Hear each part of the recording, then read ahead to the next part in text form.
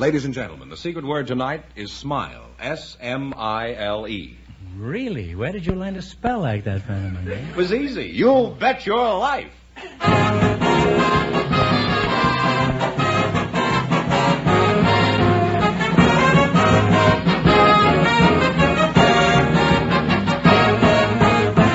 It's Groucho Marx in You Bet Your Life, the comedy quiz series produced and transcribed from Hollywood and brought to you by the more than 3,000 DeSoto Plymouth dealers. The dealers who bring you America's most talked-about car, the distinguished 1953 DeSoto and the exciting Plymouth. See them both at your DeSoto Plymouth dealers. And now, here he is, the one, the only... You can do better than that. Oh, that's me.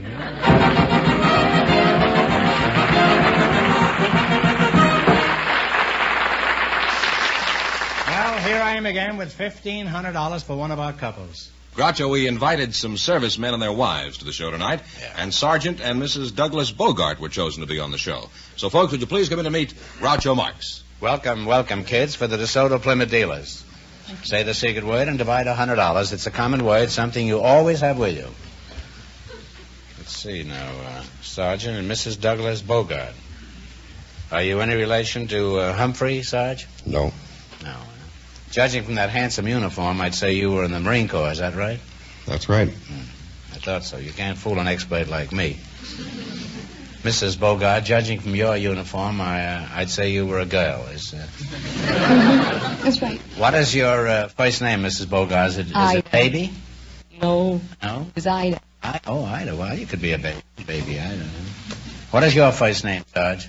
Douglas. Douglas, huh? Oh. Where are you from? Susanville, California. What is your job in the service? General Supply Chief at Camp Pendleton. You're a general. I thought you were a sergeant. No, I'm a tech sergeant. My title is General Supply Chief. Oh. Well, what do you do in your job? Just supply chiefs with generals? You supply generals with chiefs. You can have it either way, you know. I issue spare parts for tanks. You're welcome. And I'd say, what is your... Never fails. What did you say your job was? I issue spare parts for tanks. What is your hometown, Ida? I was born in Naples by Mount Vesuvius. And is that near here? Well, about 8,000 miles in Italy. Oh, you're from Italy. Mm-hmm. Oh. But I was raised in Rome. Ida a kind of an odd name for an Italian girl? Well, it's Ida in Italian, but... Oh, it's like Aida? Well, no, there is no A. It's just Ida. I-D-A. Oh. But the American pronounce it Ida. I see. Would you say all Italian girls are as attractive as you are? Oh, they're much prettier. That's so. No wonder Vesuvius keeps blowing its stuff. Sarge, how did you meet Ida? And don't leave out any of the details. I met her while I was on duty in Rome. Real chatterbox, isn't he? Just imagine, Quo Vadis had the same plot, and it took 1 million words and $5 million to tell it. He's given us the whole thing. By the way, Ida, how long have you been married? 18 months. Do you two lovebirds ever have any arguments? No.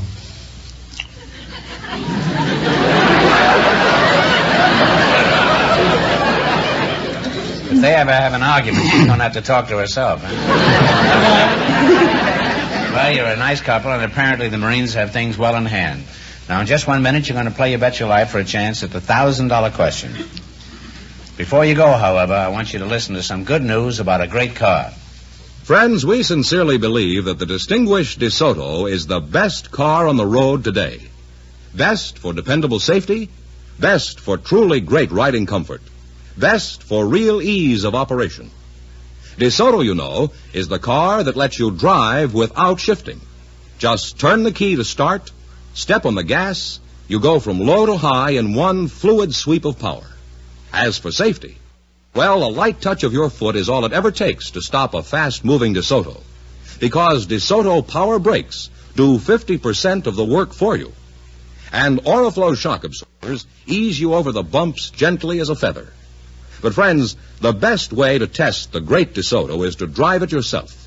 Go to your neighborhood DeSoto Plymouth dealer tomorrow and take the wheel behind the mighty 160 horsepower DeSoto Fire Dome 8 or the brilliant Power Master 6. Both great cars let you drive without The date now to try the world's finest carbide. The distinguished new DeSoto. And remember, the dealers who sell the distinguished DeSoto also sell the beautiful Plymouth, first truly balanced car in the low-price field.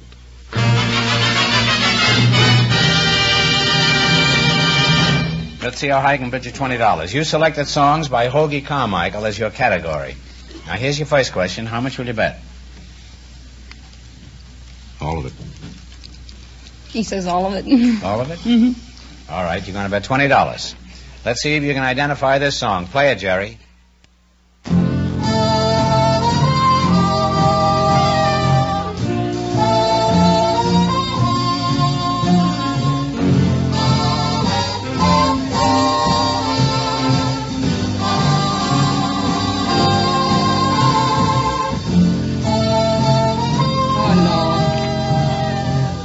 If you don't know, take a guess.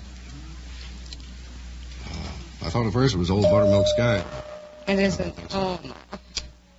Oh, it's Old Rocking Chair. I'm sorry. Oh, the old looking chair will get me? Well, that's a I shame. don't I'm know. sorry, but nobody leaves here broke. I'll give you one more question. Who At was least there you've in split Grant's $25, huh? Yeah. Now, this is a pretty tough one. This isn't Grant's tune tonight. Now, listen very carefully. Who wrote the autobiography of Benjamin Franklin? Benjamin Franklin. You're absolutely right. I didn't know that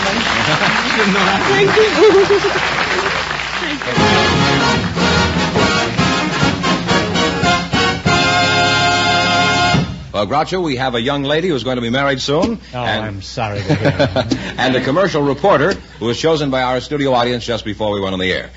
Miss Virginia Putnam and Mr. Frank Daniels, would you please come in and meet Groucho Marx?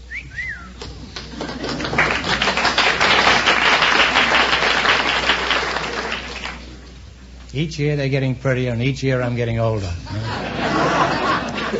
Well, welcome to You Bet Your Life. Say the secret word and you'll divide $100. It's a common word, something you always have with you.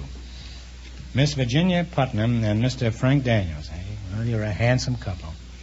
Miss Putnam, may I call you Virginia? Certainly. Well, where is your hometown, Jenny? I was born in Los Angeles on Glendale Boulevard. Let's see now. Since you were born in the West, I'll just call you West Virginia. How would that be? By the way, you say your name is Putnam. Is your father Israel Putnam? No, my father's Fred Putnam. Oh. Do you know Israel Putnam? Well, as a matter of fact, actually, he's my great-great-great-great-grandfather. Oh, well, he was a great-grandfather. You know who he was, huh? Yes, I do. He was a famous general in the Revolutionary War Mm-hmm. and fought at the Battle of Bunker Hill. He did? Yes, he did. I know more about your great-great-great-great-grandfather than you do, huh? I wasn't even there at the time. I was pretty near. At any rate, you've learned something here tonight. Oh, I have.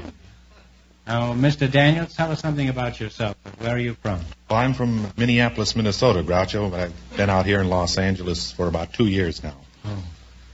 Well, Virginia Fenneman says you're going to be married soon. Is that correct? Yes, in about 3 weeks. Well, Frank, you've just got time to catch a boat for Liberia. Oh, no. Or would you rather go through with this execution? Well, Groucho, I think you got this little bit mixed up. I'm not marrying her. I've already got a wife and a 9-month-old baby. Well, I don't understand this. If you're not going to marry Miss Putnam, how did you get up here? Well, the audience selected me before the show. To marry this girl and you're married? No, they selected me to come on the show. Oh. I'm already married. I see. Well, they had something like that in Arizona or New Mexico not long ago. I didn't know we were going to have that on our show here. What sort of work do you do, Frank? I'm a commercial reporter, Groucho. Oh, well, let's hear you report the commercials on this show. We could use something after Fenneman. What is a commercial reporter? Well, actually, I'm a credit investigator. Commercial reporter, indeed. A sneaky way to introduce himself. Who do you work for? I work for Dun & Bradstreet, Groucho. Oh, I know them very well. I've been done by Bradstreet for years. Well, exactly what is Dun & Bradstreet? I often see that name in the Wall Street Journal. Well, Dun & Bradstreet is a mercantile agency that performs a service for its subscribers, and the fact that it writes credit reports on businesses so that the subscriber may ship merchandise to a person with some assurance that they will be paid. I see. Well, suppose I want you to check on a company for me. How do you go about it? Well, first you have to tell me the name of the company. Well, it's Dun & Bradstreet. Before you get my money, I want to know how shifty you are. Virginia, let's get back to you. Do you have a job? Yes, I work for Tom Kelly, the commercial photographer. Oh, I'll have to come over and see our studio sometime. We could go in the dark room and see what develops, huh? That's an old joke, isn't it? Huh? It's very old. You don't have to agree with me quite so quickly. Don't forget, there's a quiz coming up. What sort of work do you do for this photographer, Ginny? Well, I'm a prop girl, and I assist the stylist. Prop girl? You don't look like any prop to me, Virginia. What do you spend most of your time doing? Running around for unusual props, such as live pheasants, or an unusual beer stein, or drapes. Sounds pretty dull, doesn't it? Well, drapes can be pretty interesting. For instance, we got the nice red plushy drape that Marilyn Monroe draped her form across on that famous calendar photo. You did that picture there? Mm-hmm. There was a drape in that picture? Yes, there was.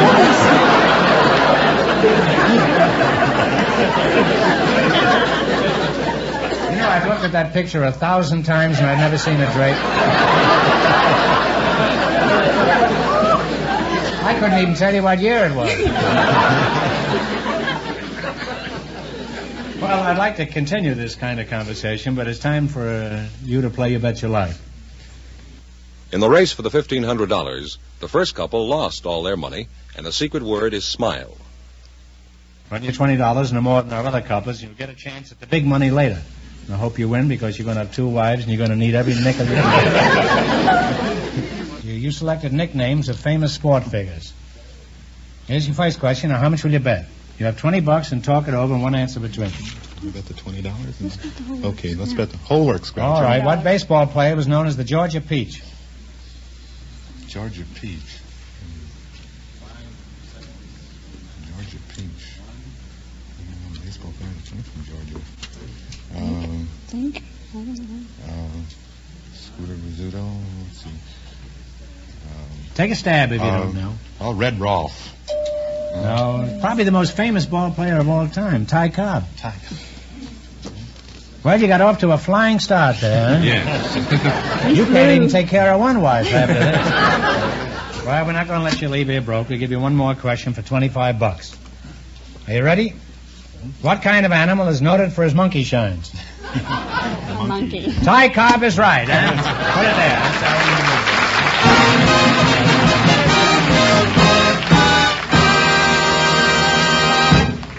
Well, Groucho, just before we went on the air, our studio audience selected a college girl, Doreen Davis. Her partner is a special guest tonight, Judge Leroy Dawson of the Los Angeles Municipal Court. So, folks, would you please come in and meet Groucho Marx?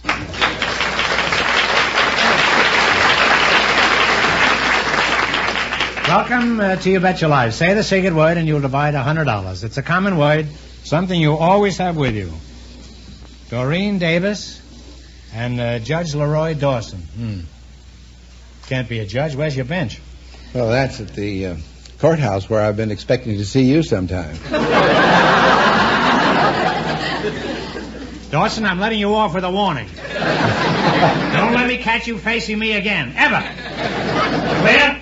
Yes. You, girl, tell the court your right name. Doreen Davis. Age? 21. Marital status? Married. Case dismissed.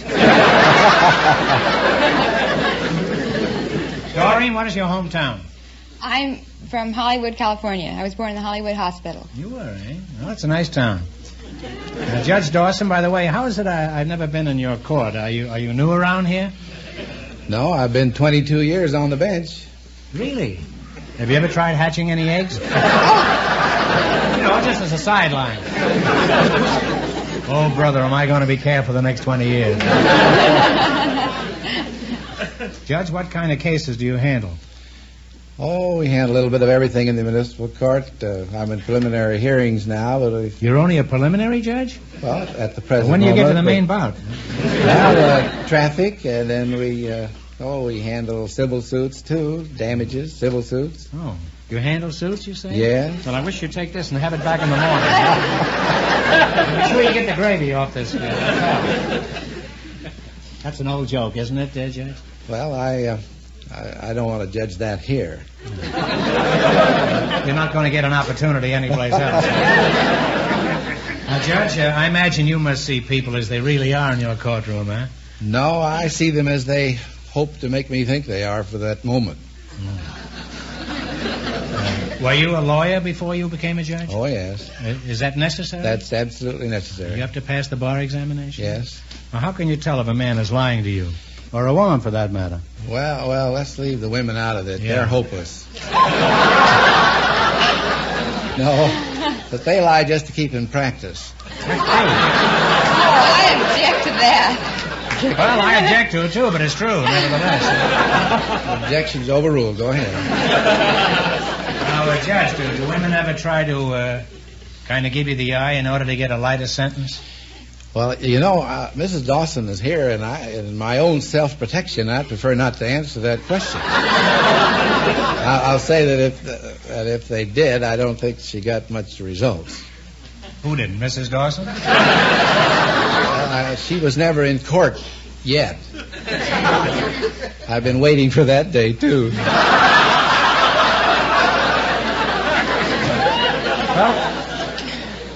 Well, Doreen, the judge is pretty cute, isn't he? Sure is. Now, Mr. Fenneman says you're a college student, is that right? Yes, I am. Which college do you attend? I go to UCLA. Uh-huh. And when did you matriculate? Well, I started UCLA in 1949. Uh-huh. And I've been going there ever since. You continue to go there indefinitely? It looks that way. Well, you say you're married? Yes, I am. You met your husband in college? Yes, I did. I met him on a blind date. Are you going to raise the family at UCLA, or are you planning on quitting there someday? I guess we'll raise our family there. Oh. I've heard that 97% of you girls at college go there to hook a sucker. Is that true? No, I don't think... No. No? Well, what would you say the percentage is?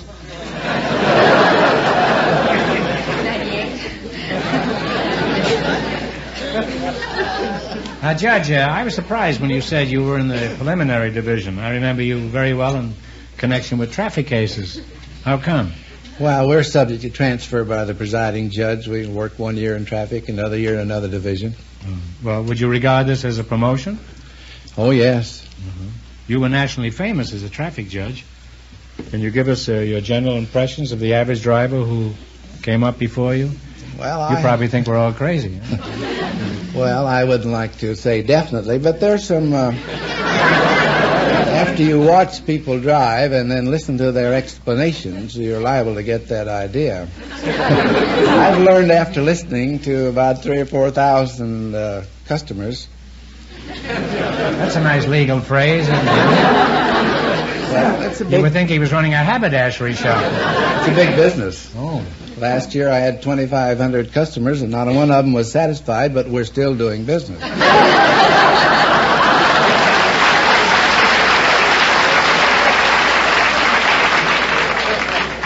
Well, do you get a cut on all the fines that you slap on these people? No, but that would be a very delicious assignment if that were true.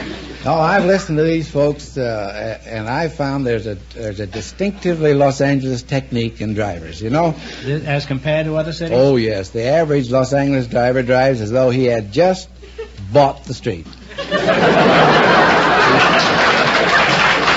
drives... Judge, if you pardon me, but there's more of a chance that they bought the street than the car. I think there's something to that, too. At least they can't take the street back.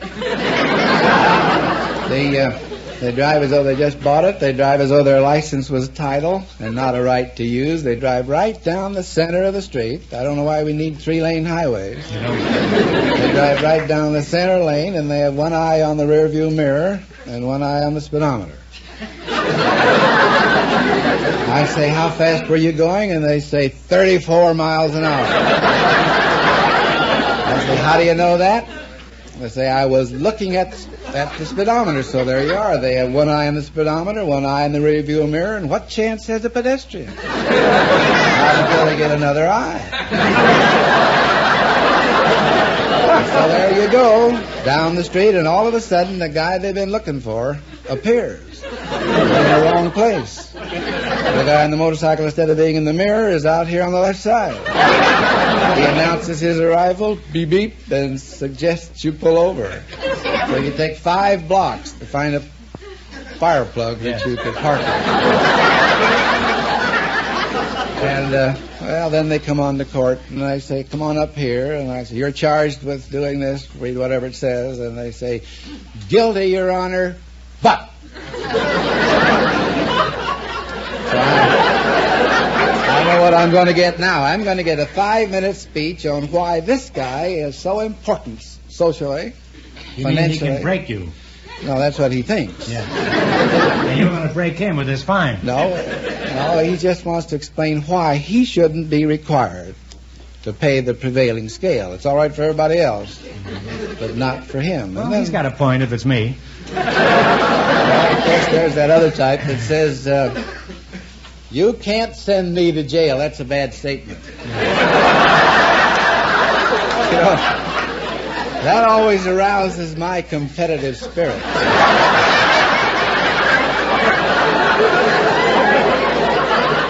Say, Judge, have you ever thought of going into vaudeville with this man?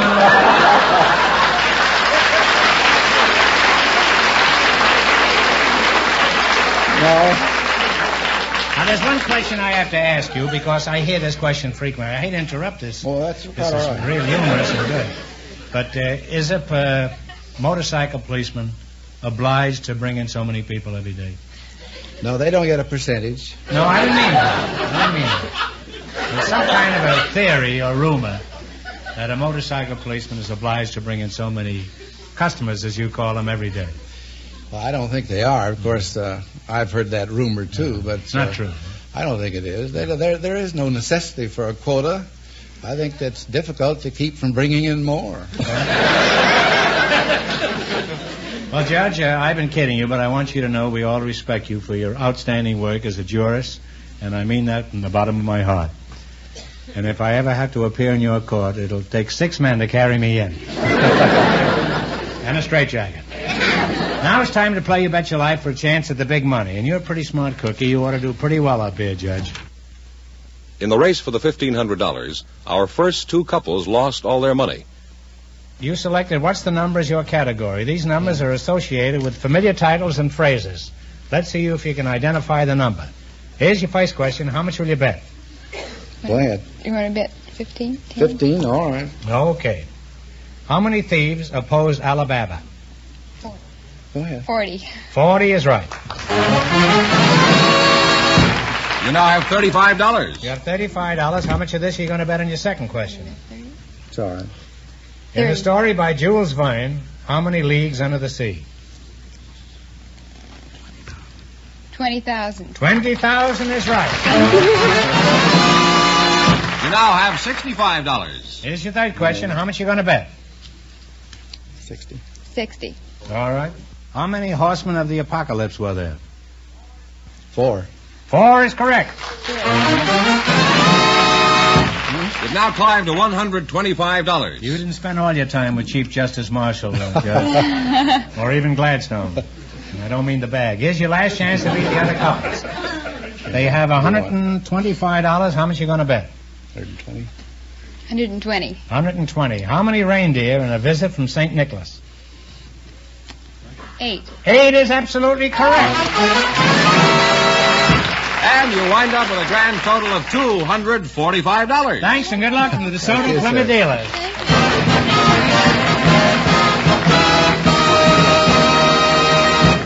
And that means that Judge Dawson and the college girl will get a chance in just 1 minute at the DeSoto Plymouth $1,500 question.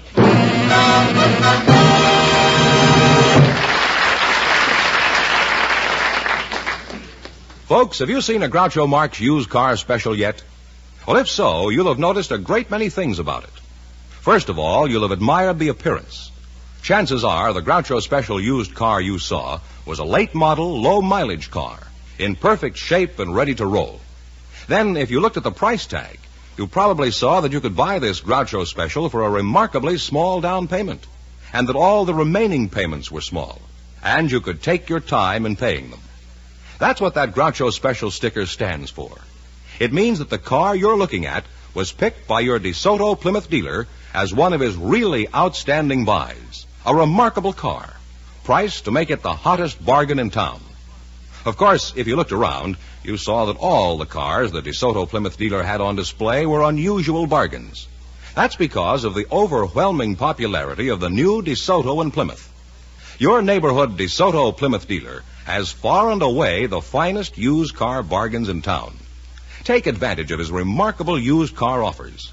See his unusual stock of fine used cars tomorrow. Pay special attention to that wonderful group of cars known as the Groucho Special used cars. We're sure you'll find exactly what you're looking for among the fine used cars of your neighborhood DeSoto Plymouth dealer.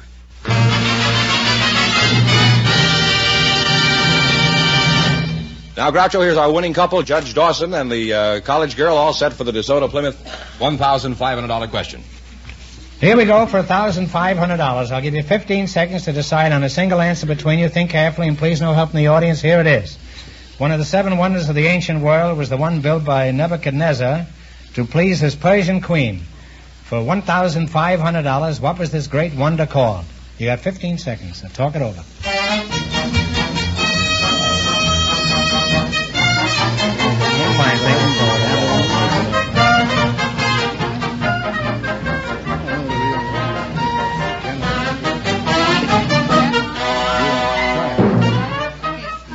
All right, what's the answer you two have decided upon?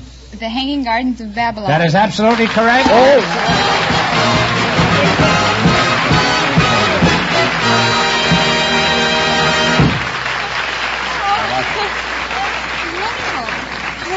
I'll just see to it if I ever appear before your court that I get a break, Judge. I think I'll award you a free boulevard stop, sir. Well, you win $1,500. How much in the quiz, Judge? $245 in the quiz. That's $1,745. What are you going to do with all that money? I can't believe it. Well, if you don't believe it, we won't give it. That'll take care of that problem. Well, thanks to both of you, and congratulations from the more than 3,000 DeSoto Plymouth dealers from coast to coast. You bet your life.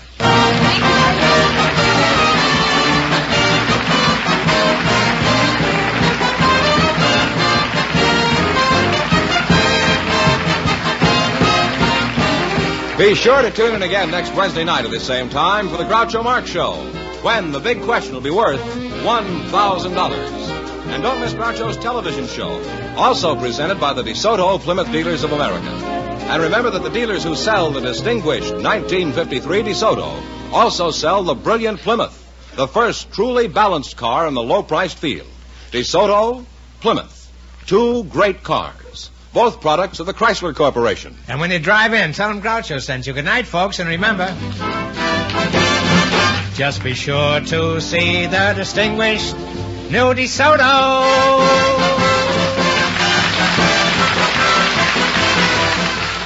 Folks, here's a reminder from the National Safety Council. When driving, peel your eye for the small fry. You Bet Your Life, transcribed from Hollywood, is produced by John Goodell, directed by Robert Dwan and Bernie Smith. Music by Jerry Fielding. This is George Fenneman signing off for the more than 3,000 DeSoto Plymouth dealers from coast to coast. You Bet Your Life is heard by our armed forces throughout the world.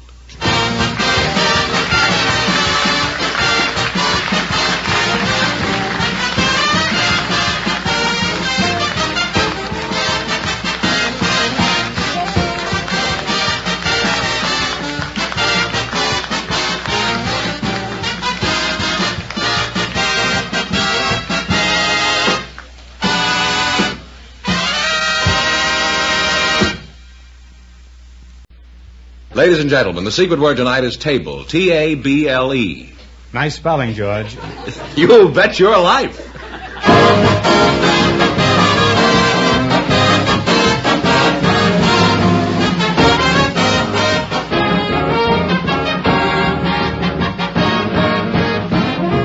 Groucho Marx in You Bet Your Life, the comedy quiz series produced and transcribed from Hollywood and brought to you with more than 3,000 DeSoto Plymouth dealers. The dealers who bring you America's most talked-about car, the distinguished 1953 DeSoto and the exciting Plymouth. See them both at your DeSoto Plymouth dealers. And now, here he is, the one, the only... Now, where have I heard that name before? Oh, that's me!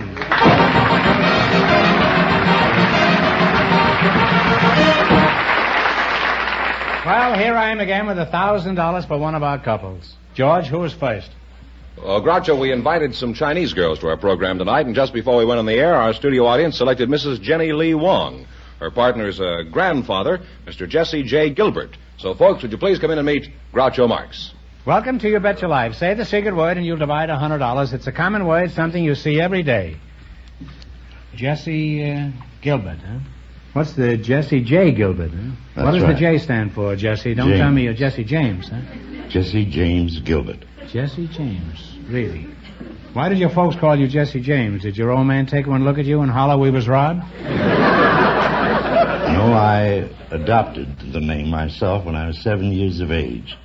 You admired this crook, huh? Exactly. Has it done you any good being associated with Jesse James? Well, it hasn't done me any harm. Well, we came out even on that one, Jesse. Mr. G, would you mind telling us where you were born? Not only where, but when, while we're at it. Well, I was born 71 years ago on the top floor of a 6-story tenement in New York City. Is that so?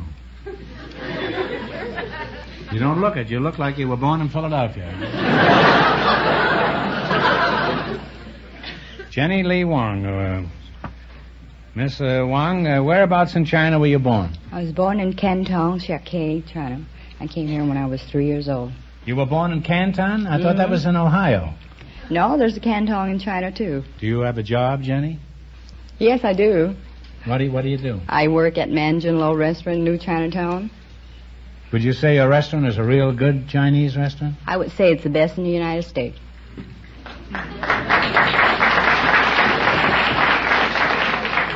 You know, Milton Berle told me a joke about a couple driving along the road. They're looking for a Chinese restaurant.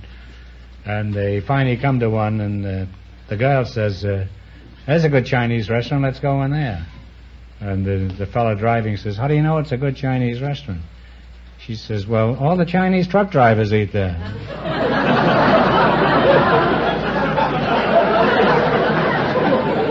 Well, that's what he told me. Now, suppose I came to your place for a genuine home-cooked Chinese dinner. What would you recommend? Well, to start off with, I would serve you chestnut roll, baked, let's see, and then we have ginger chicken. Oh, I knew her. She used to be in the movies. Dance with Fred Astaire. Siu mai. What's that? Siu mai. It's a Chinese meatball shaped like a tulip. A Chinese meatball shaped like a tulip? That's right. I know him very well. That's Charlie Chan. Well, Jesse, let's get back to you again. What do you do for a living? I'm 50% retired. Well, wake up and answer my question. Don't you do anything? Yes, I'm interested in birds. Well, don't give me any. Now, what kind of birds do you work with? Bald eagles? They say birds of a feather flock together, you know.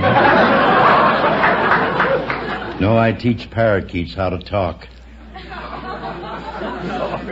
You teach them how to talk? Well, what do you teach them? Pidgin English? How do you go about teaching a bird to talk? Well, first you make friends with them, which is a very short process. How? How do you make friends with them? Teach them to perch on your finger. Uh-huh. Then when they're unafraid and friendly, you start in with a very short phrase of single-syllable words, such as, hello, baby. Hello. Yeah, I did that pretty good, didn't I?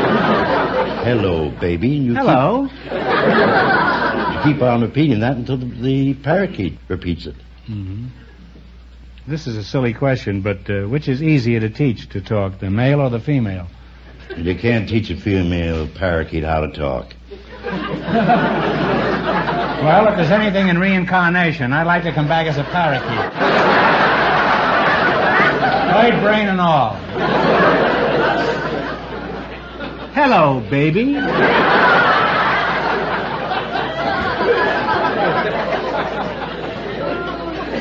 Jesse, have you always been an elocution teacher for parakeets? No, I was once a motion picture producer in Hollywood. Now I know why he's teaching parakeets to talk. What happened, Jesse? Why didn't you stay in the movies? Well, when sound came in, I hadn't any foresight. I didn't think there was much of a future to talking pictures. I didn't think they would last. So I quit making motion pictures and took my accumulated capital of almost $1 million and bought stock. When was this? Just before the crash in 1929. And what did the broker say to you? Hello, baby.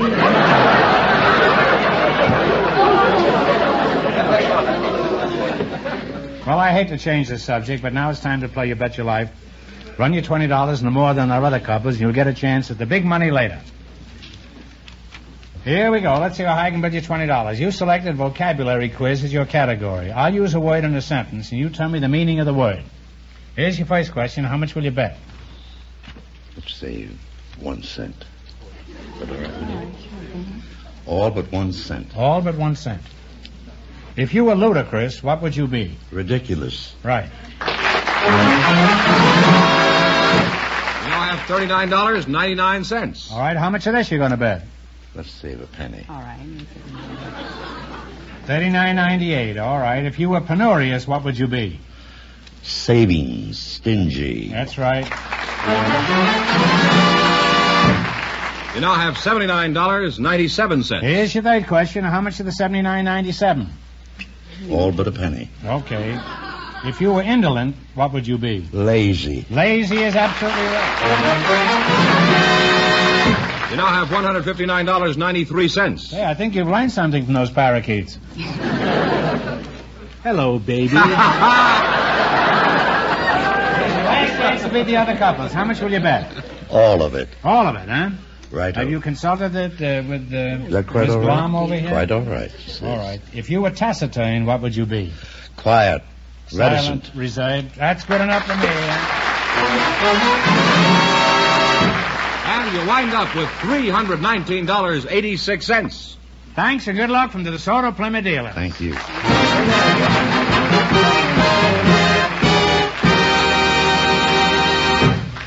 Now, before we continue, here's something I want you to hear about the beautiful DeSoto. Friends, I'd like to tell you about a few of the most talked about features in the distinguished DeSoto. First, there's DeSoto's Tiptoe hydraulic shift that lets you drive without shifting. Just turn the key to start, step on the gas, and you go from low to high in one fluid sweep of power. And DeSoto's full-time power steering makes steering as easy as dialing a telephone. It works for you all of the time, not just some of the time. DeSoto full-time power steering literally takes all of the work out of driving and parking. Then there's DeSoto's mighty 160 horsepower Fire Dome V8 engine, the world's most efficient engine design. You can release a tremendous surge of power with just a touch of your toe. And best of all, this mighty DeSoto Fire Dome engine burns regular gas. There's no need for expensive premium gas. These DeSoto features are a few of many that have set a new standard in driving pleasure for millions of Americans. Put yourself behind the wheel of a DeSoto Fire Dome 8 or a brilliant PowerMaster 6. Remember, both great cars let you drive without shifting. Make a date now to try the world's finest carbide. The distinguished new DeSoto. And remember, the dealers who sell the distinguished DeSoto also sell the beautiful Plymouth, first truly balanced car in the low-price field.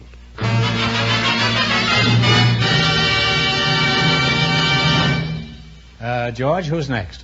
Well, Groucho, we asked for some people with interesting backgrounds tonight, and here they come, Mrs. Minnie Peterson and Mr. Otto Schmidt. Would you meet Groucho Marx? Welcome for the DeSoto Plymouth dealers. Say the secret word and you'll divide $100. It's a common word, something you see every day. Mrs. Minnie Peterson and Mr. Otto Schmidt, eh? Mrs. Peterson, I'll start with you. What is your hometown? Salisbury, Missouri. Where? Salisbury, Missouri. I thought that was a hamburger. No, it isn't. That's right on the Wabash Railroad. Oh, you were born on the railroad? No, just off the railroad. Oh. I'm just trying to keep track of you, that's all. Mrs. Pete, I don't want to pry, but could you give us some approximate idea of your age? Our radio audience, you know, can't see you. And they'd like to form some kind of a picture of our contestants. I never tell that, but being as it's you, I'm knocking at the door of 70. Well, how many times? How many times have you knocked, Petey? I'm just getting ready. What do you do for excitement, besides going around knocking on doors? I have plenty of excitement. I'm a co-publisher of a baseball scorebook, and I have a baseball team. You have a baseball team? Yes, a baseball team. Oh, what do you know about that? I'll just call you Casey, eh? Yes, just call me Casey. Well, who do you play for? Well, I don't play. You mean you quit already? No, I have a manager that handles the team. My son, Jack, handles the team for me. It's the Peterson Scoremaster. Oh. And we play semi-pro ball in the different diamonds around in Los Angeles. Or? No, hardball. Oh, no, hardball. Oh. You wouldn't condescend to softball? No, not softball. Not these boys. What do? You sit in the grandstand and I root have the to sit team in the home? grandstand. They won't let me down in the dugout. I have to sit in the grandstand. But do you ever get into a discussion with the umpire? You know, what they call a rhubarb? Oh, yes, just about every time we play. What do? Jump out of the grandstand and get down? Oh, no, I just... like this, and use my tongue. Is that very effective? Use my tongue. Oh. Well, you must have a long tongue. What is a long tongue? That's 2,200 pounds, isn't it? Just about. As opposed to a short tongue, which is 2,000. Mr. Otto Schmidt? Yes. That's you. Are you married? Yeah. Where did you meet your wife? In Copenhagen, Denmark. Oh, well, snuff said. What were you doing in Denmark? I was born there. Oh. I thought you were left over from an old smorgasbord. Well, could you tell us the details of your first meeting? Well, I met my wife in a church. She was singing in the choir, and I liked the look of her, and I want to meet her. So one evening I met her in the street, and she was down to buy some cake with the baker, and we talked together about 7 hours. In the street? Yes. You're lucky you weren't pinched for loitering. What did you talk about for 7 hours?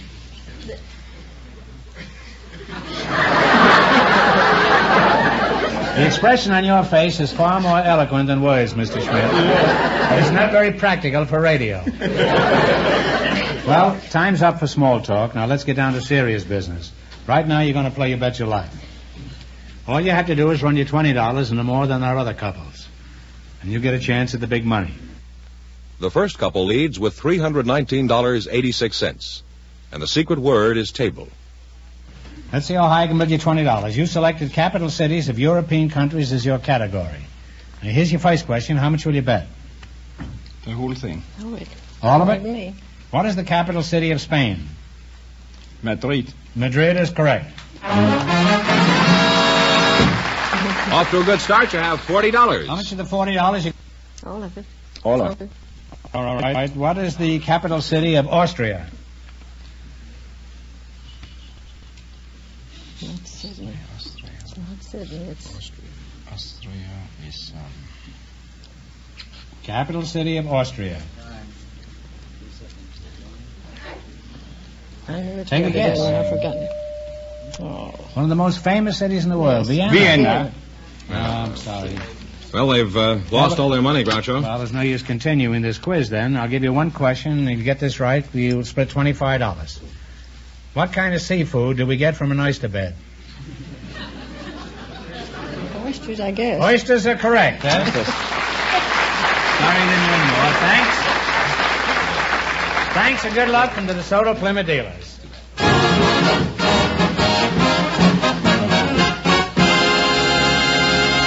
Well, Groucho, we asked if there were any men present tonight with unusual... Men, yes. How dreary. Huh?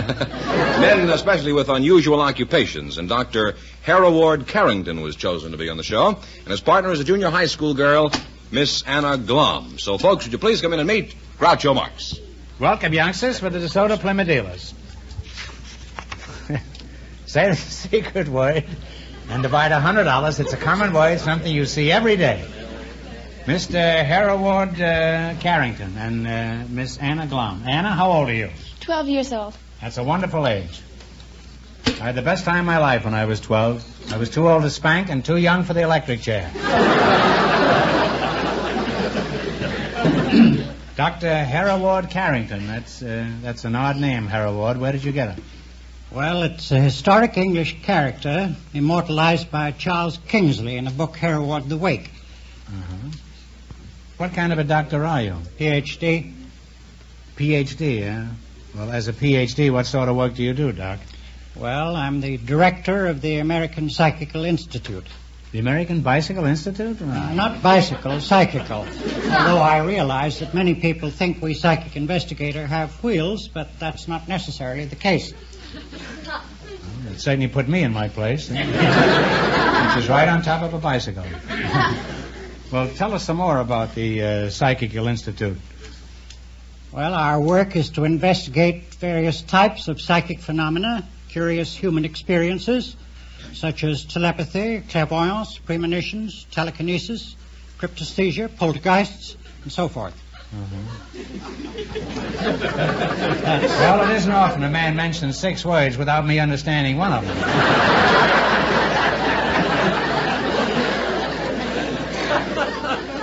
You didn't bring an interpreter with you, did you, Doc? Well, the one on my right. Well, I gather that you're interested in ghosts. Is that right, Doctor? Yes. Ghosts and apparitions and kindred manifestations. Here we go again, huh? Well, do you believe in ghosts? Yes, though I say that 98% of the phenomena we're called on to investigate turn out to be fraudulent. But now and then we run into something that is interesting. You and me both, Doc.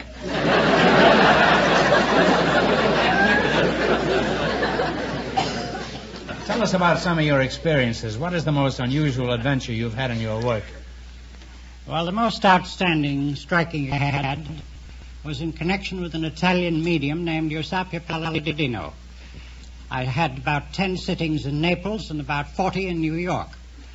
She would come into a room or a laboratory in a university, take her seat in front of a table, both hands... Wait a minute.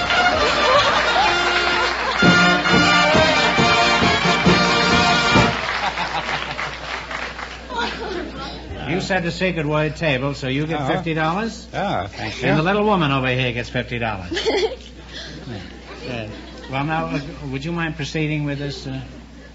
When she entered the room, she would take her seat at the table, both hands, feet, and knees securely held. By who? By 2 skeptical investigators. Mm-hmm. The seance would begin in bright white light. The table would begin to tilt, move, and oscillate, and finally go bang up in the air to what we call a complete levitation. Mm-hmm. Now, I've seen hundreds of those. Seated with She remained there? She remained there, visible, held. What was responsible for this levitation? Well, we psychic investigators don't believe that when an object moves in that way that there's a spirit running around the room like a chicken. We think it's due to some mechanism, and that mechanism is an energy which is evolved or extruded from the medium's body, moving material objects in its environment. This was a medium, huh? Yes. Did you ever strike a happy medium in all the times that you were investigating these cases? Well, that's perhaps older than some of my ghosts.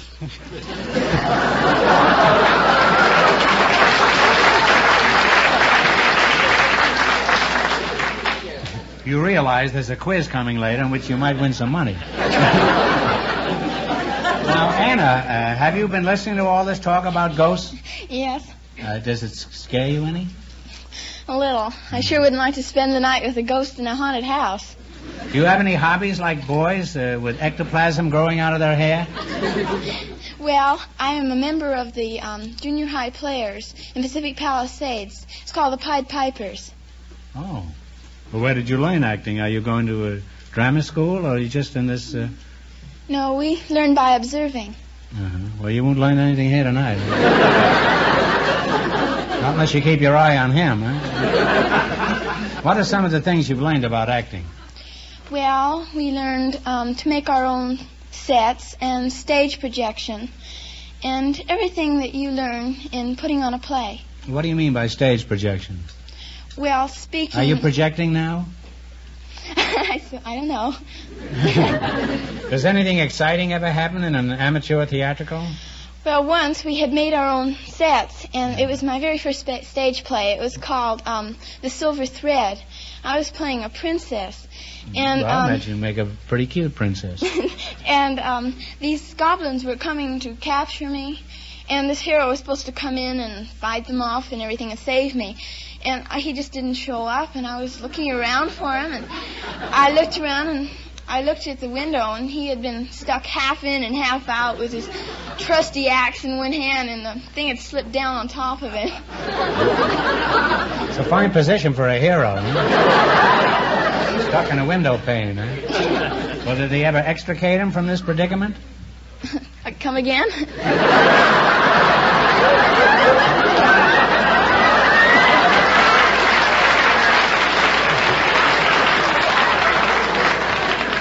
Anna, now you know how I felt when he was talking to me. Did they ever loosen this character from this window pane? Oh, yes, we managed to do that. They did it from the outside. I see. It was an outside job, huh? Well, I hate to change the subject, but now you're going to play You Bet Your Life for a chance at the big question. I can't tell you how much you have to win, but the idea is to run you $20 into more than our other couples. And you'll get no help from the spirits, you know. All right. The first couple still leads with $319.86. Here we go. Let's see how high I can bid you $20. You selected characters from Alice in Wonderland, and Through the Looking Glass is your category. This should be duck soup for you over there. How much are you going to bet on your first question? Talk up your partners, you know. 18. 18? Huh? 19? All right. 19. 19. Alice got into Wonderland by following an animal underground. What was the animal that Alice followed? Rabbit. The rabbit. The marching rabbit. The rabbit. That's right, a white rabbit. You now have $39. Don't ponder around like that. You gave me heart failure. Here's your second question. How much is the 39 you're going to bet? 38. 35. 38. 38. 38. After going through the looking glass, Alice met a pair of fat twin brothers who planned to have a fight. What were they called? Yes. Tweedledee and Tweedle. That's right. Now I have $77. This is like that prince in that play. I have to pull her through the window on each one. Here's your third question. How much of the 77 you going to go for? 76. Talk up, kids. 76. 76. All right. At the tea party with the Mad Hatter, a little animal kept falling asleep. What was this animal? The mouse. The dormouse is correct. You now have $153. And here's your last chance to be the other couples. How much of the 153 you're going to go for? 150. 152. All right. 152. 152. What animal said that the time has come to talk of many things, of shoes and ships and sealing wax and cabbages and kings? The walrus. The walrus is correct. And you wind up with $305. Gee. Thanks and good luck to the Soda Plymouth dealers.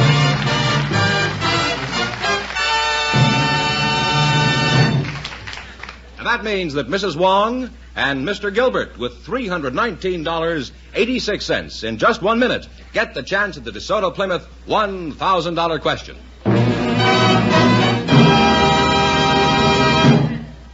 Fenneman, why don't you tell our audience what's so special about the Groucho Special used cars? Well, that's easy, Groucho. They're the finest used car values in town. You see, because the new DeSoto is so popular, your DeSoto Plymouth dealer is getting the cream of the crop in fine used cars. All great values, but just a few of the very best are being selected as Groucho specials. These are the really exceptional used car values your DeSoto Plymouth dealer picks as the best buys in town. My DeSoto Plymouth dealer picks them? You mean he goes all over the country picking out Groucho specials? Doesn't that keep him pretty busy? Now, you know better than that, Groucho. Each DeSoto Plymouth dealer picks out his own Groucho specials. Oh. Well, tell him about the beautiful picture on the windshield of the Groucho specials, Fenneman. Sure, Groucho. Folks, that's the Groucho special sticker with Groucho's picture. The Groucho special sticker is your dealer's way of pointing out the very best used car buys he has. Now, you no longer need take a chance when you buy a used car. Just look for the Groucho special sticker. What's more, your neighborhood DeSoto Plymouth dealer can arrange convenient budget payments for you. Friends, visit your neighborhood DeSoto Plymouth dealer and look for the Groucho specials. And when you drive in, tell him Groucho sent you.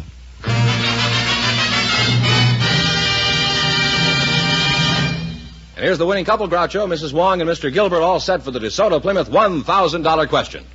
Of course, you realize, Mrs. Wong, that if you win this money, I expect a free meal at the Chinese restaurant. Certainly will. For about 200 people.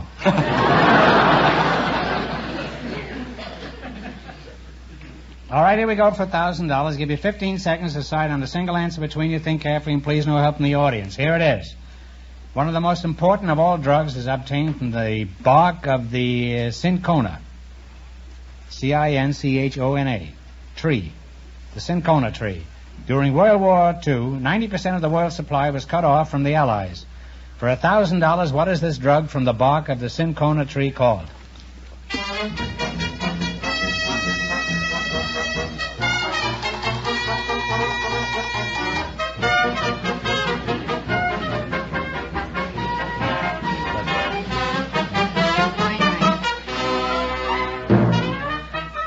All right, what is the answer you two have decided upon? Quinine. Quinine is absolutely right.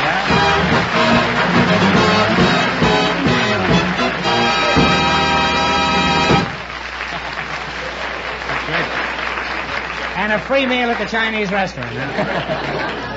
That's right. You win $1,000. And how much in the quiz, George? $319.86 in the quiz. Congratulations from the more than 3,000 DeSoto Plymouth dealers from coast to coast. You bet your life. Thank you.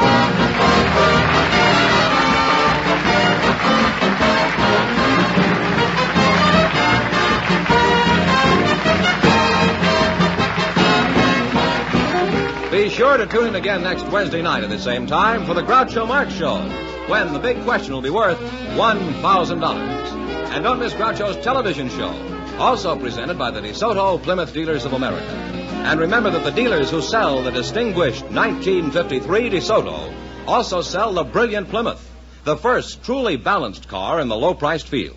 DeSoto, Plymouth, two great cars. Both products of the Chrysler Corporation. And when you drive in, tell them Groucho sent you. Good night, folks. And remember, just be sure to see the distinguished new DeSoto.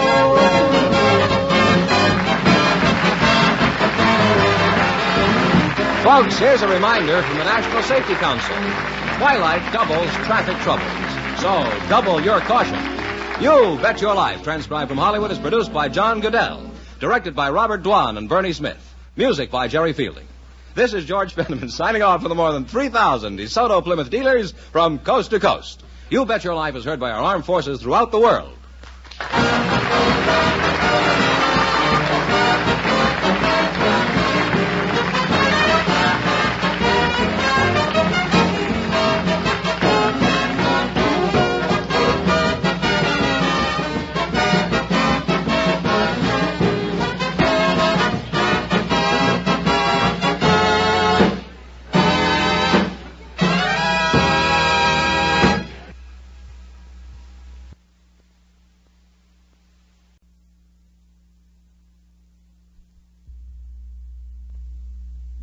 Ladies and gentlemen, the secret word tonight is wall. W-A-L-L. Really? You bet your life.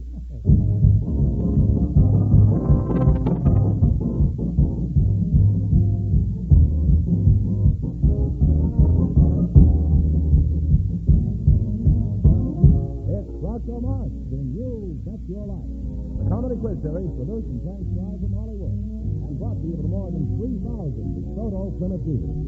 The dealers who now have on display the all-new 1954 Plymouth, your best buy in the low-price field, and who, on November 5th, will have on display the astonishing and beautiful new DeSoto for 1954. And now, here he is, the one, the only... Well, what do you know? That's me.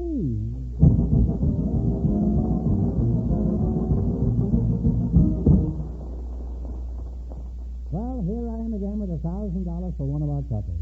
Well, Groucho, I'd like you to meet a couple of guests who have unusual backgrounds. Mrs. Gretchen Alfred and Mr. Fortune Gordine. Would you please come in and meet Groucho Marx? Mrs. Gretchen Alfred and Mr. Fortune Gordine, eh? Gordine, eh? Mrs. Alfred, I'll start with you. Do you mind if I call you Gretchen? No, I don't. That's my name. Oh. Do you mind if I call you Gretchen? That's not my name. Gretchen, that's a very pretty name. It's a German name, isn't it? Yes, it is. Is it so? Mm-hmm. Are you from Germany? Yes, I was born in Salo in East Prussia. Where? In Salo in East Prussia. Oh, well, when did you come to this country? When I was a year old. You must speak very good German, eh? And when was that? When were you a year old? Well, that was in 1923. 1923, let's see. 1, 2, 55. That makes you 24, is that right? That's right. That's close I hope Dulles was listening. You could make me an ambassador. That's close enough. Yes, well, close enough for me, too. When you left Prussia, did you come directly to California? No, my folks settled in DeSoto, Kansas. Where? In DeSoto, Kansas. DeSoto, Kansas, huh? And I thought I was being diplomatic. Is there really such a place as DeSoto? There's really such a town. It's just a small railroad town outside. Please, no belittling now. How long since you've been there? Well, I came out here in 1939. Well, it's changed. Yes. Today, DeSoto is it's a beautiful new DeSoto, Kansas. The mayor is a wonderful fellow. I know him very well. His name is Mr. Full Power Steering, Jr. Let's see, Mr. Fortune Gordine. Are you related to Jack Gordine? No, sir. There is a Jack Gordine. Is there? Where did you get the name Fortune? Very good Is friend. that your last name? First name. Oh, it's too bad it isn't your last name. If you had a daughter named Miss Fortune. All is grist that comes to my mill. Where are you from, Fortune? Spokane, Washington. Oh, is that in Germany? That isn't near DeSoto, huh? Are you married? Yes, sir. You are, eh? Yes, sir. You say that very emphatically. Yes, sir. How long have you been married, Fortune? 7 months. You're a newlywed, huh? Yes, sir. Well, congratulations. Thank you very much. Tell us something about your wife. Would you care to attempt to describe her? Well, she's the type of girl, very striking, the type who, when she enters the room, everybody looks at her. So what? When a rhinoceros walks into a room, everybody looks.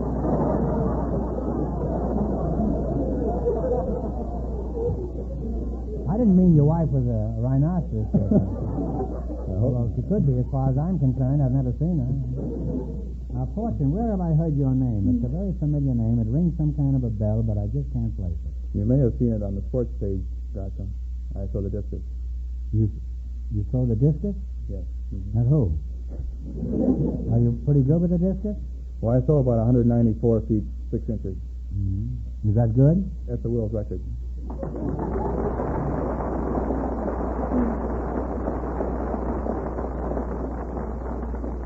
Fortune, I have seen your name in the sports pages, and I'm happy to meet you. Thank you, Groucho. We don't have the world champion discus thrower up here every week, you know. Not even every other week. You know? Actually, we're proud of you. Very proud of you. Now then, what is a discus?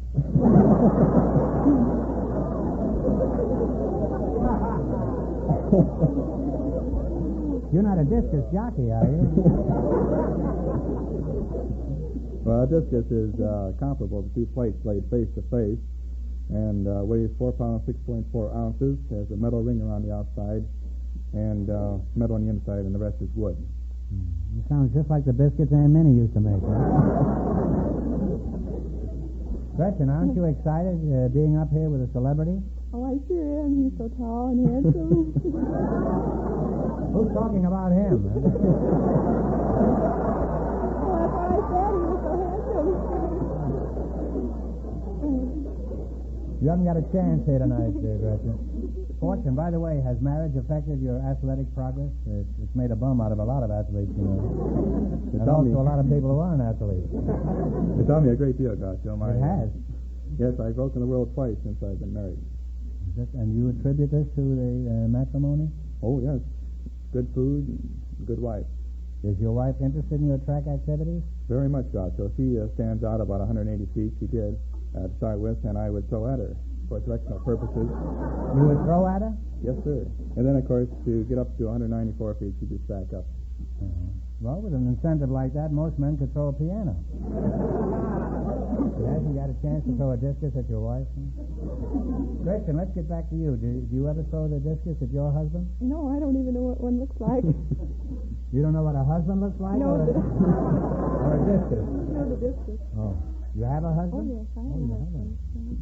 I guess you're not rugged enough to be heaving a discus around, are you? I guess not. Well, what outside interests do you have? Well, I'm the constable of Harupa Judicial District in Well, Riverside good County. day. I'll see you again. You're a constable? Yes, I am. Well, shades of Jesse James. Huh? The Wild West is wilder than I thought it was. How did you get to be a constable? What do you do as a constable? Well, I have to serve all kinds of papers. Oh, and, would you slip some over to my house one day? I might. Even if it's only a subpoena. So I serve those kinds Do of... you? And I have to summon juries, and then when they have a jury trial, I have to act as the bailiff in the court. How many crooks have you tossed in the can since you've been in office? Up to now, none. You're getting money on the force for taxes, aren't you? Why haven't you, Gretchen? Well, What a name for a constable, Gretchen, huh? I just haven't run across any, I guess. Oh, well, They're hiding from me. I wish you luck in the near future. Well, it's been very interesting talking to you two, and I'd like to continue, but now it's time to play You Bet Your Life. You run your $20 no more than our other couples, you'll get a chance at the big money later. You selected the animal kingdom as your category. I'll name three things. You tell me what kind of animal, bird, or fish they are. Here's your first question. How much of the 20 will you bet? All of it. All of it. What are Dalmatians, beagles, and sealing hens? Dog. Dalmatians, dogs. Dog is correct. On your way, you have $40. Now, how much of the $40 are you going to bet on this one? All of it, sir. All of it. All right. What are Cheviots, Oxford Downs, and Cotswolds? Cotswolds. Cheviots, Oxford Downs, and Cotswolds. Talk it over.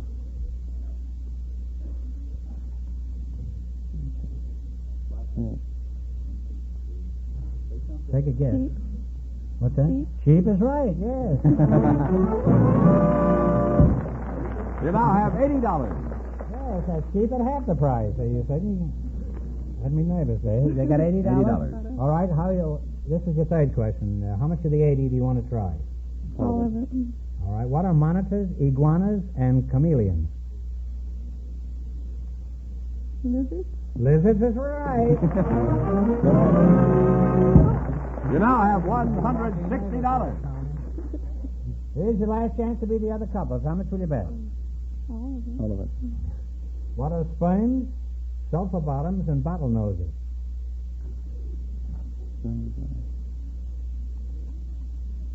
Sperms, sulfur bottoms, and bottlenoses. If you don't know, take a guess. These are part of the animal kingdom. Animal, bird, or fish? Fish? Fish. No, they're whales. You were close, but not close enough. Oh. That's a tough question. Well, nobody leaves here broke. I give you one more question. You get this right, and you'll split $25. You ready? How many shots in a six-shooter? Six. Six is right. Sorry you didn't win. Thank you, Doctor. That's too bad.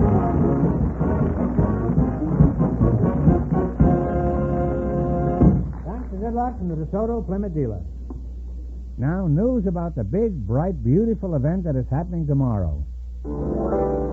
It's big, the 54 Plymouth.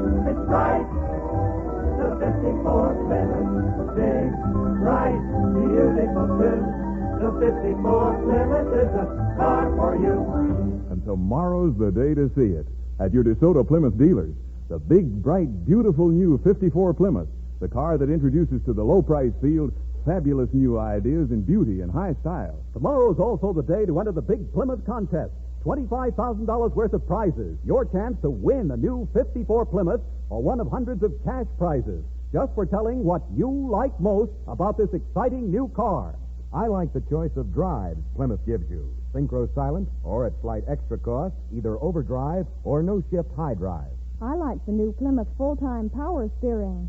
Makes parking so easy, and it's surprising how little extra it costs. Yes, the contest's real easy. Lots of fun. And you can get an entry blank containing the easy rules and the full list of prizes tomorrow from your DeSoto Plymouth dealer. But don't put it off. Contest closes Monday, so be sure to go in and see the new 54 Plymouth tomorrow.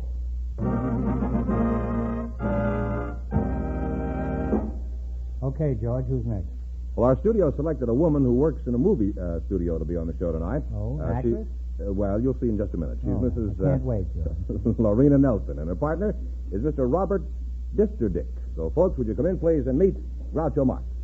Welcome to Your Bet Your Life. Say the secret word and divide $100. It's a common word, something you find around the house. Mrs. Lorena Nelson and Mr. Robert Disterdick, eh? Mrs. Nelson, where are you from? Cortland, Nebraska. Cortland, Nebraska. I was caught in Nebraska once, too. May I ask how old you are? That's sort of a nosy question, but I'm a very nosy fellow. Well, I have to say I'd rather not. You rather say you would rather not? Well, let's skip it. It's all right with me. Okay. Now, Mr. Robert Disterdick, that's an unusual name. What kind of a name is it? Well, that's the German extraction name. Oh, Mr. Disterdick, that's too formal. What do the boys in the office call you? Well, lots of things, mostly Shorty. Well, that's logical. What other name is there for a name like Disterdick? How tall are you, Shorty? Well, it depends on who asks me. Usually I'm 5 foot 18 inches.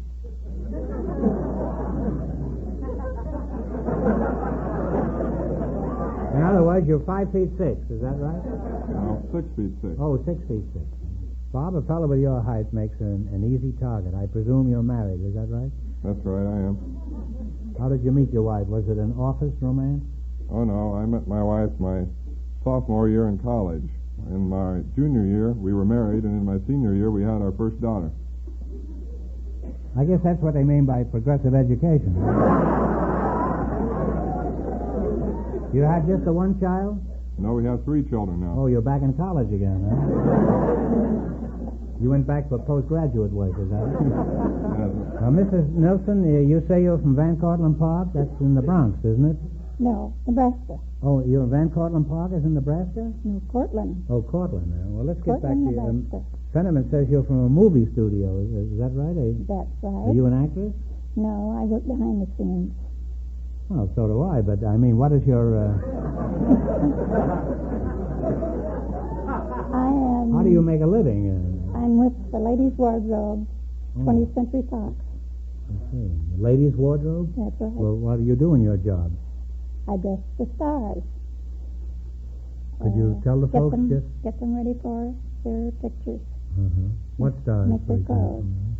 What are some of the actresses that you've pinned these things on? Susan Hayward, Betty Grable, and Marilyn Monroe, then Gene Simmons, and Vera Ellen.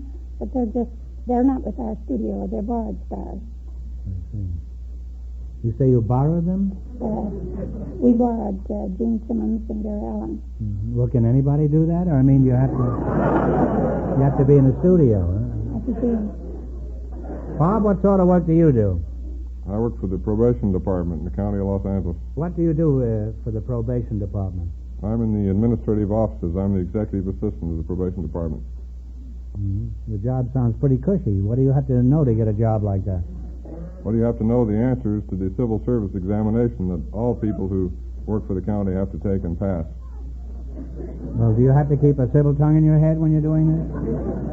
Yeah, I imagine you do when you're taking your interview. Well, what did you do before you got this job? I was an examiner for the Civil Service Commission.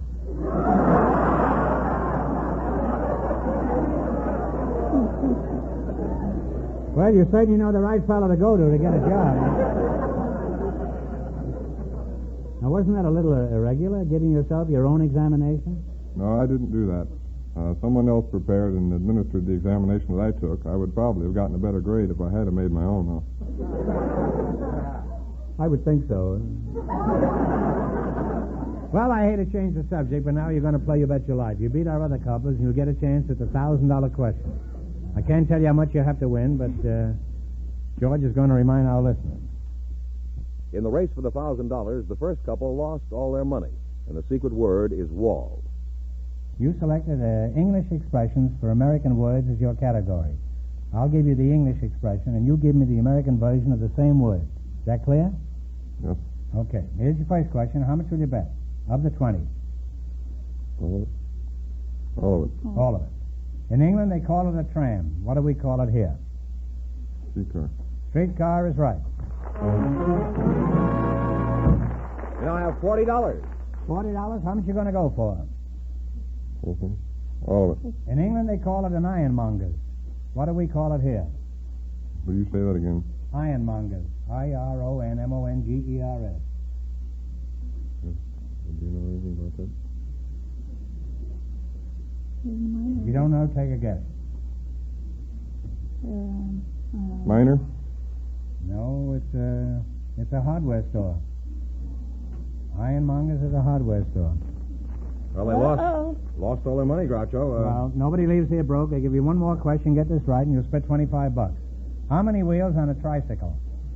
About 3. So about 3 is absolutely right. Sorry you didn't win.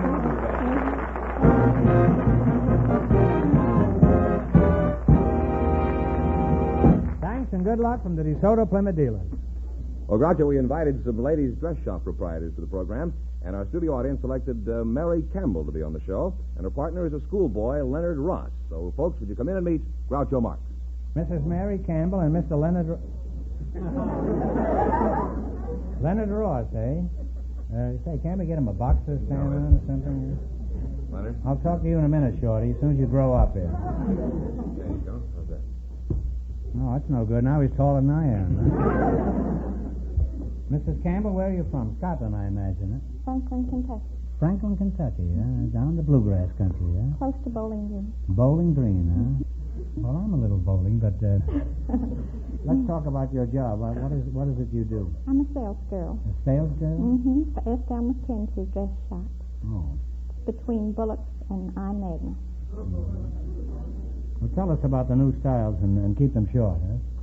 Well, I don't think they're going to be short. You don't, huh? Well, I'm sorry to hear that. But I think they're going to feature full skirts and slim skirts and... What's the difference between the slim skirt and the full skirt? Well, the full skirt's like I have on. Yeah, and the slim skirt is what you have off, huh? Well, that clarifies that pretty well. Now, Leonard, you're Leonard, aren't you? Oh, yes, I believe so.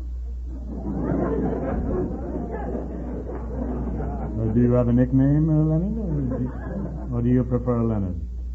I'd like to use Lenny. Lenny, eh? How old are you, Len? Oh, 8. 8? And where were you born? Los Angeles. Mm-hmm. How long ago? 8 years. Pretty tricky, this kid, isn't it? What grade are you in school? B4. B4, huh? No, I mean now. B4. Let's not go into an Abbott and Costello routine here. Huh? What grade are you in school? B4. You're going to stick to that story, huh? What is your favorite subject? Arithmetic. I've always liked that subject myself, Lenny. Let's see how good you are. How much is 15 and 10? 25. That's absolutely correct. Huh? Let's see that.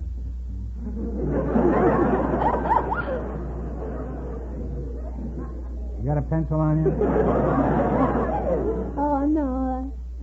What's the way I think that's right. I hope Fenneman's listening. I told him he could be replaced, you know. Now, you ask me one and make it tough. Not too tough. 11 times 208. 11 times 208. 11 times, 10 times 208. One more example like that, and I'll kick that soapbox out from under you. I give up. How much is it? 2,088.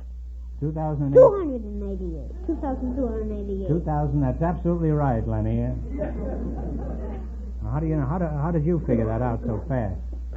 10 times 208 is 2,080. That's right. And that I had. 208 would be 2,288.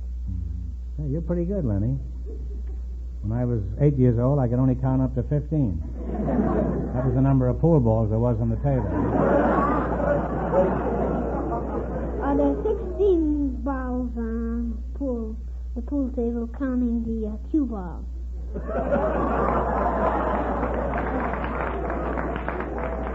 This kid is not only an expert mathematician, he's a pool shark. Well, let's try you on some tough ones. Fenneman. Hey, George. George. Come out here. I don't want to be humiliated alone out here.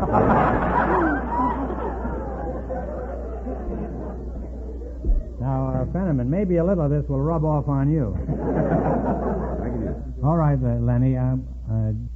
Multiply 640 by 5 and divide by 2.5. Let's see, 2, 8. 1280. Oh, come on. What is it? 1280. Well, I haven't even got it written down. You say you went to Stanford, George? Huh? And you divide by how much? Here we are, two old men asking an 8-year-old moppet how to do a sum. And how much you want to divide by? To keep me out of this, I have nothing to do with it. Are you bored, Lenny? This won't take more than 10 minutes, huh? You give up, George? Oh, I forget it, huh? I think so. George, I won't. You and I at the beginning, huh?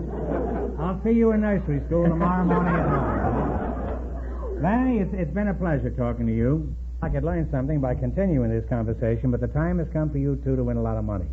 Run your $20 no more than our other couples, and you'll get a chance at the big money. In the race for the $1,000, both couples lost all their money. George, come out here again. Don't ever leave me alone with this monster. Here we go. Let's see how I can bid you $20. You selected Canadian cities and provinces. I'll give you the Canadian city, and you tell me the name of the province. Here's your first question. How much will you bet? You have $20. Oh, 20. All of it? All of it. All right. And what Canadian province is the city of Montreal? Quebec. Absolutely right. You now have $40. Why don't you make it a little tougher for yourself and do this in fractions right here? How much of your $40 will you bet on your second question? How much? All 40. You have $40. And what Canadian province is the city of Halifax? Nova Scotia. Right. You now climb to $80. Mrs. Campbell, aren't you going to say anything here tonight? I don't have a chance. Here's your third question. How much of the 80 you're going to go for? 80. In what Canadian province is the city of Gander? This is a famous stopping-off place for planes en route to Europe. I'll take a guess at it. I don't know if that's Saskatchewan. I didn't know it. I took a guess at it. Well, one answer between you.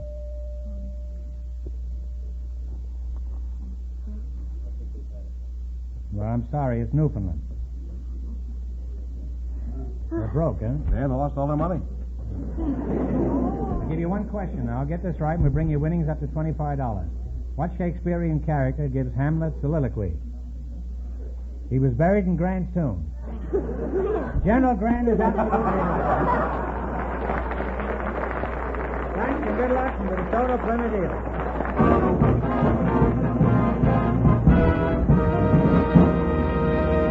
Well, all our couples lost all their money tonight, so all three couples in just one moment get the chance at the $1,000 DeSoto Plymouth question.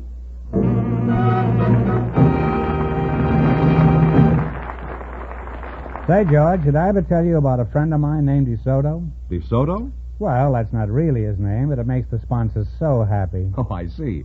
Well, what about your friend DeSoto? Do you know him, too? How that DeSoto does get around. I want you to watch this, folks. This is the trickiest lead-in to a commercial you've ever seen. Not the dramatic new DeSoto, Groucho. Mm-hmm. This lovely car isn't going to be around until its first appearance on November 5th. It's well worth waiting for, though. What was that date again, Fenneman? November 5th. And what happens then?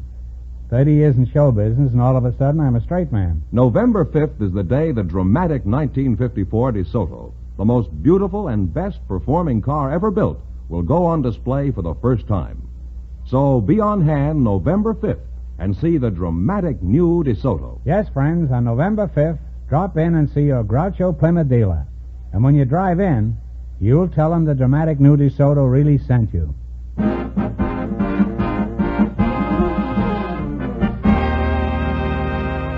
Well, Groucho, here are the three couples all tied for the DeSoto Plymouth $1,000 question. Now, we've given them a little slip of paper, and if all three couples get it right, we'll split the money among them. Are we all set? Okay. Our present calendar has been in use since 1582, when it replaced the old style, or Julian calendar. The one now in use throughout the world was named for the Pope who introduced it. For $1,000, what do we call it? What do we call this calendar? You have 15 seconds and talk it over.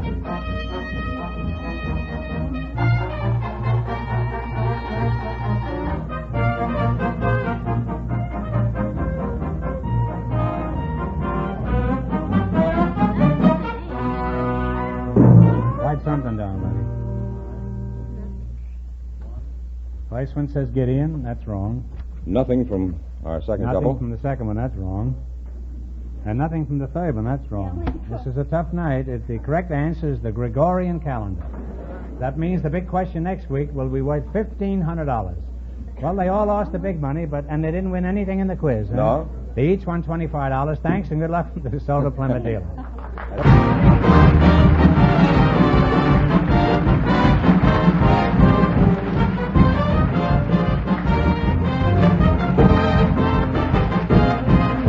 Be sure to tune in again next Wednesday night at the same time for the Groucho Marx Show, when the big question will be worth $1,500. And don't forget Groucho's television show, also brought to you by the DeSoto Plymouth Dealers of America. Remember that the dealers who sell the remarkable new Plymouth, engineered and built to be your best buy in the low-priced field, will have the magnificent new 1954 DeSoto on display November 5th. DeSoto, Plymouth. Two great new cars, both products of the Chrysler Corporation. And when you drive in, tell them Groucho sent you. Good night, folks, and remember, just be sure to see the distinguished new DeSoto.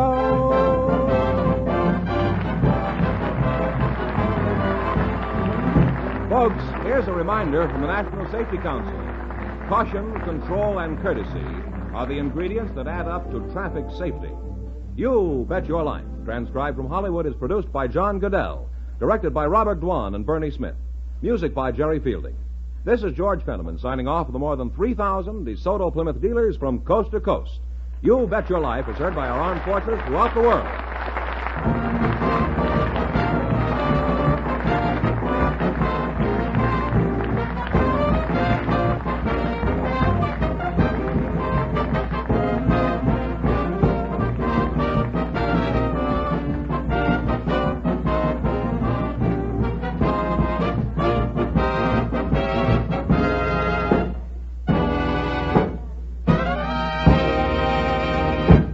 Is all it ever takes to stop a fast-moving DeSoto. Because DeSoto Power Brakes do 50% of the work for you. And Oriflow shock absorbers ease you over the bumps gently as a feather. But friends, the best way to test the great DeSoto is to drive it yourself. Go to your neighborhood DeSoto Plymouth dealer tomorrow and take the wheel behind the mighty 160 horsepower DeSoto Fire Dome 8 or the brilliant Power Master 6. Both great cars let you drive without sugar. The date now to try the world's finest carbide. The distinguished new DeSoto. And remember, the dealers who sell the distinguished DeSoto also sell the beautiful Plymouth, first truly balanced car in the low-price field.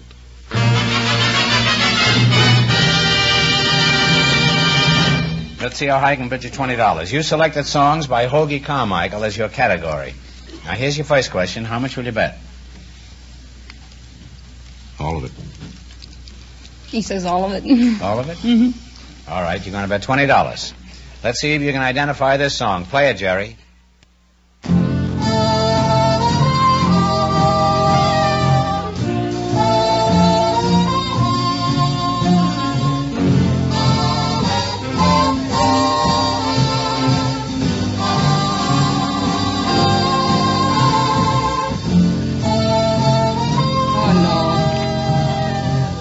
If you don't know, take a guess. I thought at first it was Old Buttermilk Sky. It isn't. Oh, no. Oh, it's Old Rocking Chair. I'm sorry. Oh, the old rocking chair will get me? Well, that's a I shame. don't know. I'm sorry, but nobody leaves here broke. I'll give you one more question. Who At was least there you'll in split Grant's $25, huh? Yeah. Now, this is a pretty tough one. This isn't Grant's tune tonight. Now, listen very carefully. Who wrote the autobiography of Benjamin Franklin? Benjamin Franklin. You're absolutely right. I didn't know that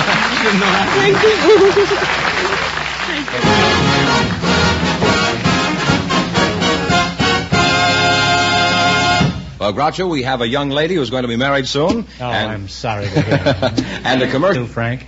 I'm a commercial reporter, Groucho. Oh, well, let's hear you report the commercials on this show. We could use something after Fenneman. What is a commercial reporter? Well, actually, I'm a credit investigator. Commercial reporter, indeed. A sneaky way to introduce himself. What do you work for? I work for Dun & Bradstreet, Groucho. Oh, I know them very well. I've been done by Bradstreet for years. Well, exactly what is Dun & Bradstreet? I often see that name in the Wall Street Journal. Well, Dun & Bradstreet is a mercantile agency that performs a service for its subscribers in the fact that it writes credit reports on businesses so that the subscriber may ship merchandise to a person with some assurance that they will be paid. I see. Well, suppose I want you to check on a company for me. How do you go about it? Well, first you have to tell me the name of the company. Well, it's Dun & Bradstreet. Before you get my money, I want to know how shifty you are. Virginia, let's get back to you. Do you have a job? Yes, I work for Tom Kelly, the commercial photographer. Oh, I'll have to come over and see our studio sometime. We could go in the dark room and see what develops, huh? That's an old joke, isn't it? Huh? It's very old.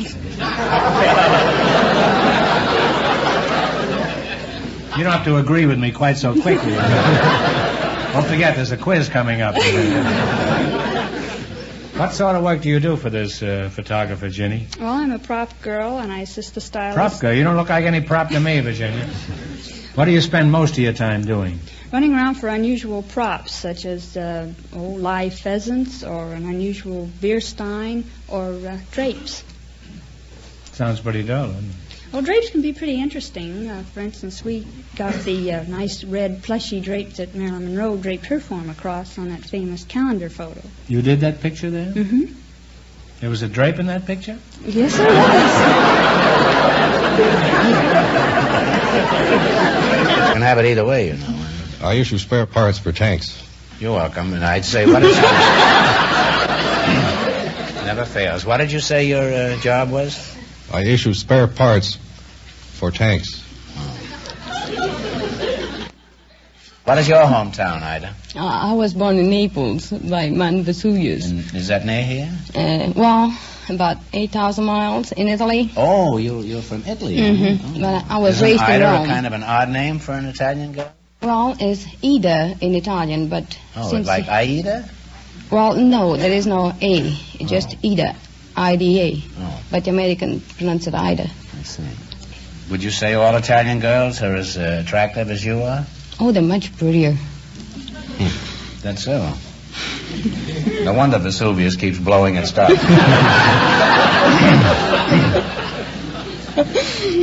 Sarge, how did you meet Ida? And don't leave out any of the details.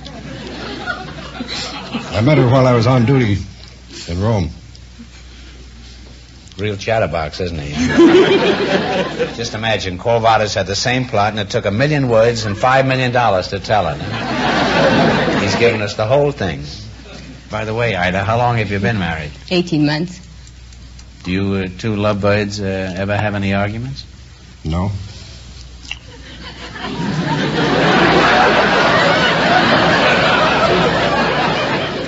If they ever have an argument, she's going to have to talk to herself. Huh? Well, you're a nice couple, and apparently the Marines have things well in hand. Now, in just 1 minute, you're going to play You Bet Your Life for a chance at the $1,000 question. Before you go, however, I want you to listen to some good news about a great car. Friends, we sincerely believe that the distinguished DeSoto is the best car on the road today. Best for dependable safety, best for truly great riding comfort, best for real ease of operation. DeSoto, you know, is the car that lets you drive without shifting. Just turn the key to start, step on the gas, you go from low to high in one fluid sweep of power. As for safety, well, a light touch of your foot is... Ladies and gentlemen, the secret word tonight is smile. S-M-I-L-E. Really? Where did you learn to spell like that, Fenneman? It was easy. You bet your life.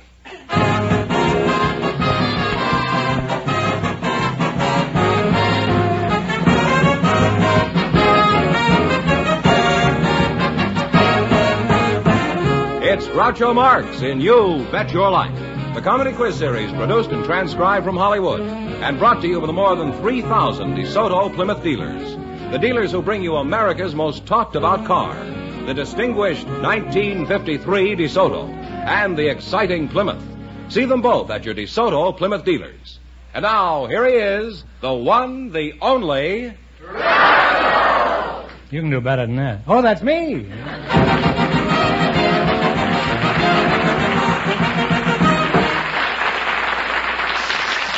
Well, here I am again with $1,500 for one of our couples. Groucho, we invited some servicemen and their wives to the show tonight, and Sergeant and Mrs. Douglas Bogart were chosen to be on the show. So, folks, would you please come in to meet Groucho Marx? Welcome, welcome, kids, for the DeSoto Plymouth dealers.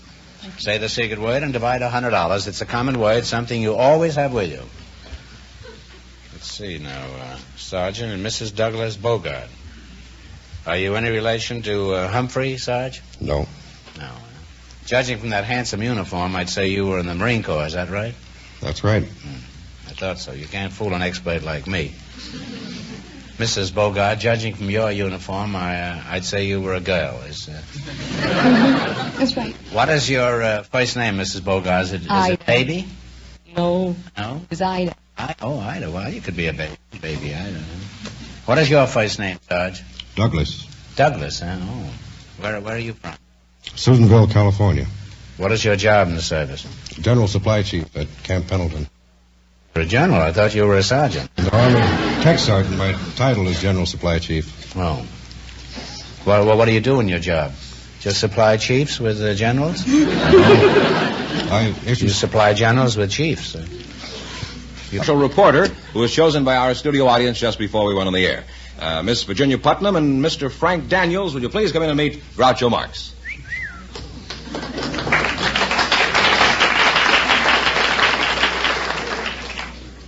Each year they're getting prettier, and each year I'm getting older.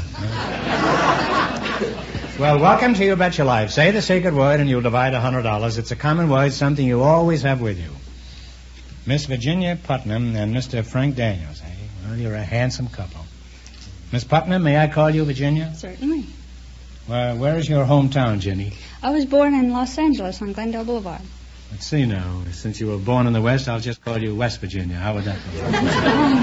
By the way, you say your name is Putnam. Is your father Israel Putnam? No, my father's Fred Putnam. Oh.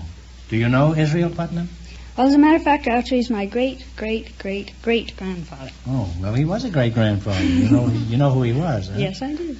He was a famous general in the Revolutionary War Mm-hmm. and fought at the Battle of Bunker Hill. He did? Yes, he did. I know more about your great-great-great-great-grandfather than you do, huh? And I wasn't even there at the time. I was pretty near. At any rate, you've learned something here tonight. Oh, I have. Now, Mr. Daniels, tell us something about yourself. Where are you from? Well, I'm from Minneapolis, Minnesota, Groucho, but I've been out here in Los Angeles for about 2 years now. Oh. Well, Virginia Fenneman says you're going to be married soon. Is that correct? Yes, in about 3 weeks. Well, Frank, you've just got time to catch a boat for Liberia. Oh, no. Or would you rather go through with this execution? Well, Groucho, I think you got this little bit mixed up. I'm not marrying her. I've already got a wife and a 9-month-old baby. Well, I don't understand this. If you're not going to marry Miss Putnam, how did you get up here?